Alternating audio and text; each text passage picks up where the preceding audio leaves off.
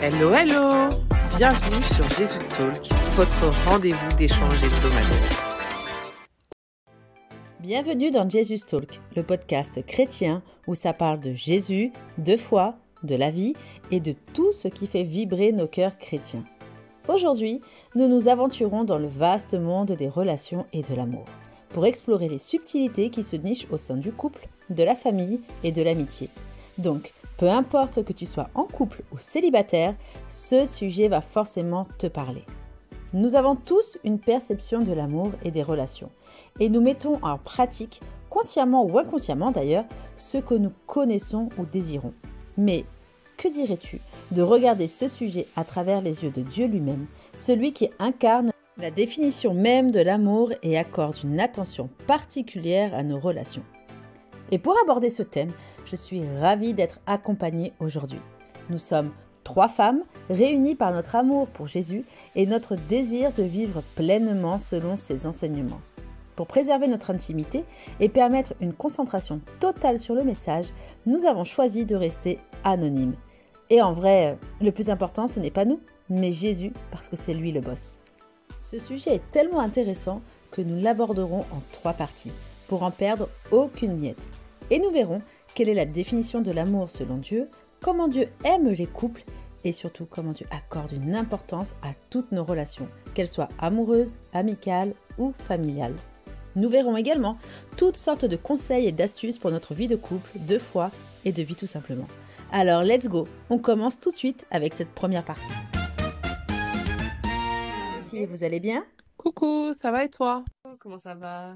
Ça va, je vous remercie, je suis ravie d'être avec vous pour ce podcast. Avant de plonger dans le grand bain de l'amour selon Dieu, prenons un instant pour remettre justement ce moment dans la présence de Dieu. Seigneur, je te remercie pour ce moment que je plonge dans le sang de Jésus. Je te remets, Seigneur, la vie de chaque personne qui va écouter, Seigneur, ce podcast. Je prie, Seigneur, pour que tu puisses, là où ils sont, Seigneur, les localiser, que ton Saint-Esprit descende sur eux et que, Seigneur, chaque parole qui sera prononcée soit une semence dans leur cœur, que cette semence puisse porter du fruit et que, Seigneur, tu puisses vraiment agir et changer leur vie, Seigneur.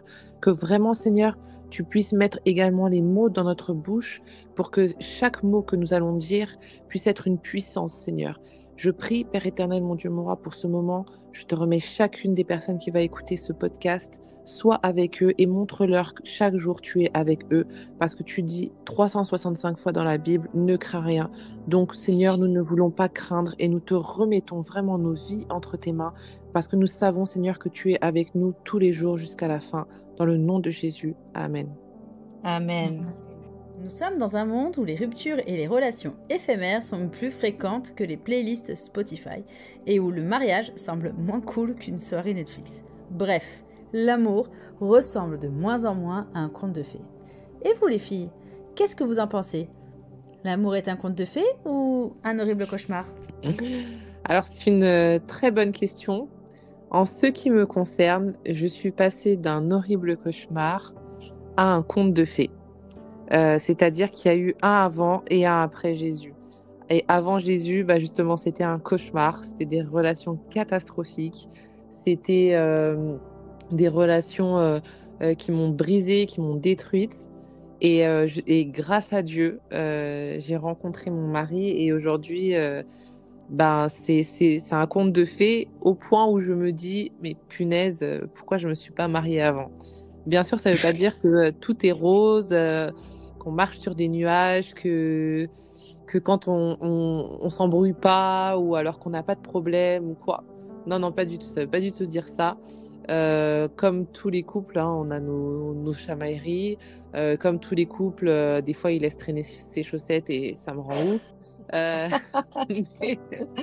connaît ça. Voilà, on connaît ça. Mais je dirais que la relation que j'ai avec lui est beaucoup plus différente parce que justement, chacun a sa relation personnelle avec Dieu et donc du coup, on essaye parce que c'est pas tous les jours facile. On essaye en tout cas de respecter le mariage comme Dieu l'a instauré. Et donc du coup, dans certaines situations, c'est vraiment beaucoup plus facile. Malheureusement, il range toujours pas ses chaussettes, mais Voilà.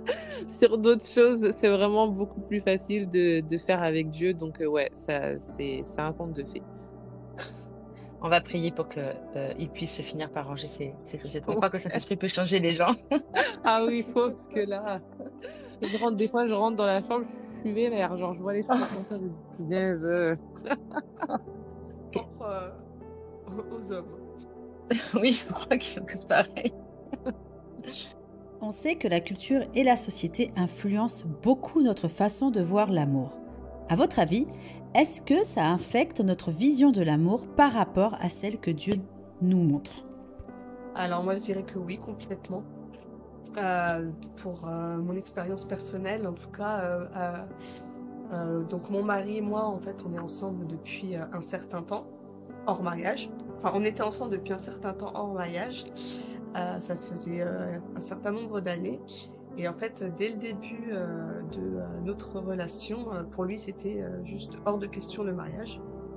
Mais que ce soit avec moi, en fait, ou avec d'autres relations précédentes, pour lui, vraiment, c'était niette, quoi. C'est le niveau maximum qu'il pouvait atteindre dans une relation, c'était d'emménager ensemble et de fonder une famille, ce qui est déjà énorme, hein. On est d'accord. Mais on sait aussi, voilà, l'importance de l'engagement du mariage aux yeux de Dieu.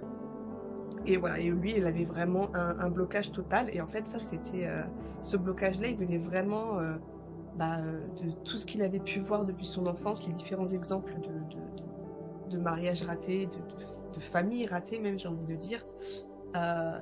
Et ça l'a énormément affecté, parce que c'était aussi son expérience personnelle qui faisait qu'il le vivait directement comme ça, quoi. Et du coup, pour justement en arriver au mariage, parce que finalement, on s'est mariés, il a fallu passer par un long chemin de son côté. Et du coup, un peu aussi de mon côté à moi, mais vraiment, lui, c'était un long chemin de guérison, en fait, avec Dieu. Il fallait vraiment que Dieu l'accompagne, que Dieu guérisse des blessures qu'il avait, dont il avait peut-être même pas conscience. C'était juste, pour lui, c'était non. Mais sans chercher plus loin, en fait. Et avec Dieu, ça s'arrête jamais à la surface. Pour vraiment guérir des choses et pouvoir avancer avec Dieu, Dieu, il va vraiment chercher en profondeur. Et donc voilà, donc ça a été une période qui n'a pas été facile ni pour lui ni pour moi. Mais voilà, mon mari en fait a fini par comprendre, par la grâce de Dieu et avec l'aide de Dieu, que c'était pas quelque chose de négociable en fait. Comme on le sait, Dieu nous laisse toujours le choix. On a notre libre arbitre. Mais voilà, mais quand tu veux marcher avec Dieu, tu prends toi cette décision en fait de faire les choses comme il faut, et donc lui vraiment par amour et par crainte de Dieu, et aussi quand même un peu par amour pour moi, hein, il avait revu sa position, quand même revu sa position sur le mariage, voilà. Du coup, ça a été de sa propre. C'est quoi? C'est toi qui as réussi à le convaincre? Qu'est-ce qui s'est passé pour qu'il y ait cette conviction finalement? Alors moi j'ai beaucoup prié pour notre mariage. Et puis voilà, il voyait aussi moi ma marche personnelle avec Dieu, ma relation personnelle avec Dieu, et en fait il voyait vraiment des convictions que Dieu me mettait dans le cœur, qui commençaient forcément à plus être en adéquation avec la situation dans laquelle on vivait. Et moi ça me faisait un blocage, mais dans l'autre sens finalement.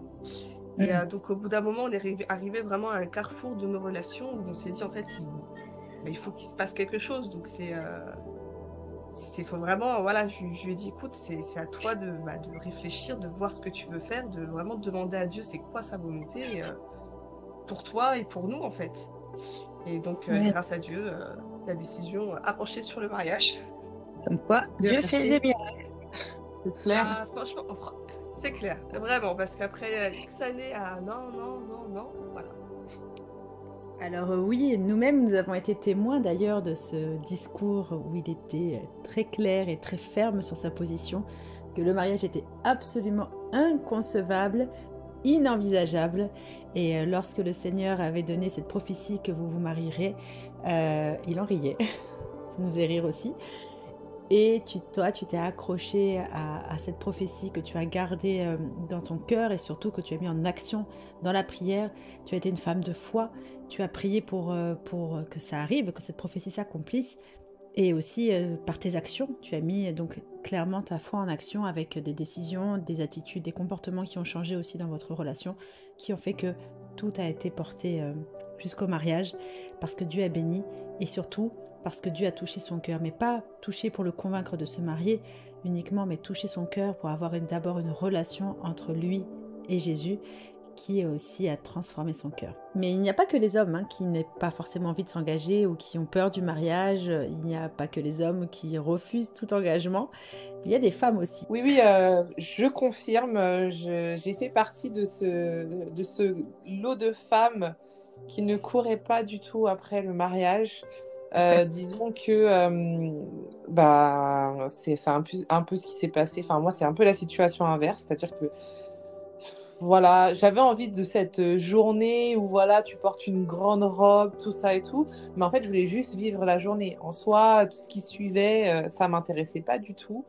Parce que déjà, j'ai grandi, malgré le fait que j'ai grandi dans une famille chrétienne, en tout cas qui m'a toujours emmenée à l'église.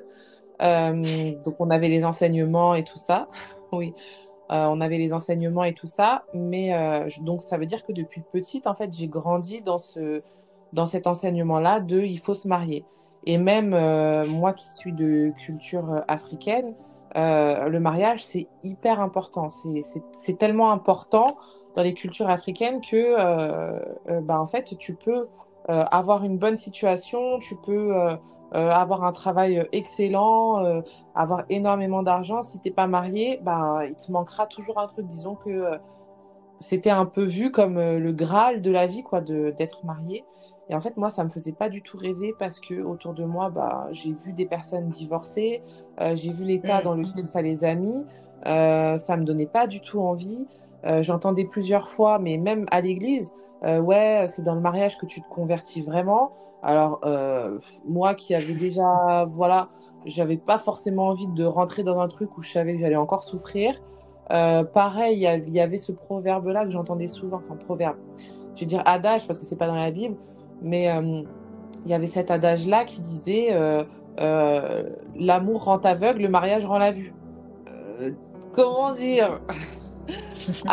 Avec tout ce que tu vois sous les yeux. Alors oui, devant les gens, tu dis oui, un jour je vais me marier, machin, etc. Mais quand on me disait oui, il faut que tu pries pour ton mariage, voilà quoi, c'était sans grande conviction.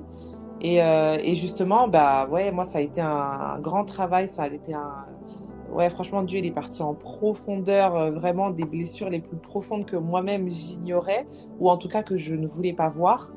Et il a fallu petit à petit qu'il répare pour en arriver à cette fameuse situation de il est temps que tu te maries en fait. Et je ne voulais pas, c'est-à-dire que je ne voulais pas. Il a fallu voilà, que je me bouffe quand même un sacré coup de pression spirituelle pour que je lance les démarches. Et malgré le fait que voilà, on était en train de faire les préparatifs du mariage et tout ça, et que je priais pour que mon cœur soit guéri, etc., je cherchais quand même à fuir en fait. À fuir, en fait, j'essayais d'interpréter tous les signes. Tout ce qui passait, genre, pour moi, c'était un signe. Ah, tu vois, ça veut dire que je ne vais pas me marier. Ah, tu vois, c'est vraiment... après, une fois mariée, enfin, une fois que la cérémonie, elle est passée, on s'est quand même dit, ah ouais, mais on s'est mariés. C'est pas tout de suite qu'on... Enfin, il y a quand même une... Après, voilà, ça, c'est encore un autre sujet, mais il y a quand même une certaine dimension particulière qui a été mise en place une fois qu'on s'est mariés. Pourtant, ça faisait un moment qu'on était ensemble, donc on avait même déjà eu des enfants hors mariage, ce qui était limite une abomination, parce que voilà, je rappelle déjà que, parce qu'il y a quand même, voilà, on va pas se mentir, il y a quand même dans des églises ou des personnes qui prient, je m'entends, qui te jugent, qui émettent un jugement sur toi sans pour autant connaître ta situation. Et c'est vrai que du coup, moi, j'avais eu déjà un enfant, non, 2 enfants même avec lui. Et donc, du coup, voilà, devant Dieu, il fallait que j'officialise. Mais moi, je n'étais pas très chaude. Je voulais avoir ma liberté. Je voulais pas dépendre de quelqu'un. Pour moi, rien que le mot soumission, c'était horrible. Comment me mettre en couple avec une personne, sachant que à chaque fois, t'entends que c'est de la souffrance, etc. Non, pour moi, c'était pas possible. Donc, et finalement, avec le recul et cette dimension particulière qui est arrivée après le mariage, ça s'est fait tout naturellement. Et quoi dire d'autre? Et finalement, je me suis dit, punaise, j'aurais dû me marier plus tôt, en fait. En fait, j'ai même demandé pardon à Dieu d'avoir mis autant de temps à l'écouter, en fait. En vous écoutant attentivement, selon vos 2 témoignages, qui pourtant vous êtes des personnes différentes, des cultures différentes, un homme, une femme, mais il y a une chose qui était commune, c'était votre perception de l'amour, perception du mariage. Et pour vous, le mot amour, mariage signifiait souffrance, échec. Et ce que Dieu a voulu faire avant que vous puissiez rentrer dans le mariage, c'était de briser cette façon de voir les choses, briser cette mentalité, et ça a été fait par la prière. Et on voit que sans l'intervention de Dieu, ces choses ne sont pas possibles. Donc, s'il y a quelqu'un qui nous entend aujourd'hui, qu'il soit déjà engagé avec Christ ou qui ne le soit pas encore, rien n'est trop tard. Fléchis tes genoux et prie, demande au Seigneur de pouvoir changer ta mentalité par rapport à l'amour, dans la perception de l'amour. Parce que quand on voit l'amour et le mariage à travers les yeux de Dieu, ça change absolument la donne. On espère que cette première partie de ce podcast t'a édifié et encouragé. Dis-le nous en commentaire, ça fait toujours plaisir. Nous avons hâte de te retrouver pour la suite de cet épisode. En attendant, si tu veux faire grandir ta relation avec Jésus, n'oublie pas de t'abonner pour ne rater aucun de nos épisodes inspirants. Retrouve-nous également sur Instagram pour des astuces, des conseils pour ta vie de prière, pour méditer la Bible et des encouragements pour booster ta foi. On se retrouve la semaine prochaine pour une nouvelle exhortation. Passe une belle semaine avec le Saint-Esprit.